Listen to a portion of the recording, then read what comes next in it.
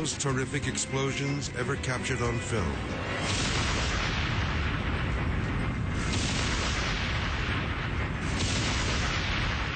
But this tiny tropical paradise is not the victim of an enemy attack. It's the target of the United States Navy.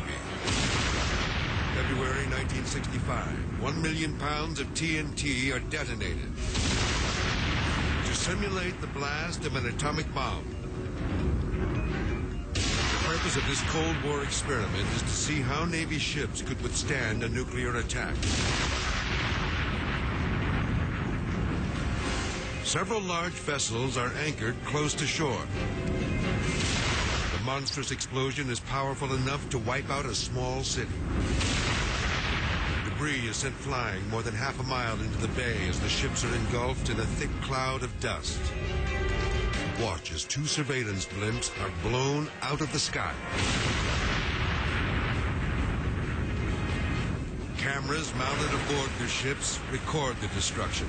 The shock waves are mighty enough to rip through steel walls. Heavy radar equipment is sent flying. A life-size mannequin placed on the deck of one ship is blasted off its feet with frightening force. More than a minute later, fragments of red-hot metal continue to rain down. The smoke clears, revealing that somehow the ships have stayed afloat, but they are severely damaged. This simulation serves as an ominous example of the deadly and devastating power of nuclear weapons.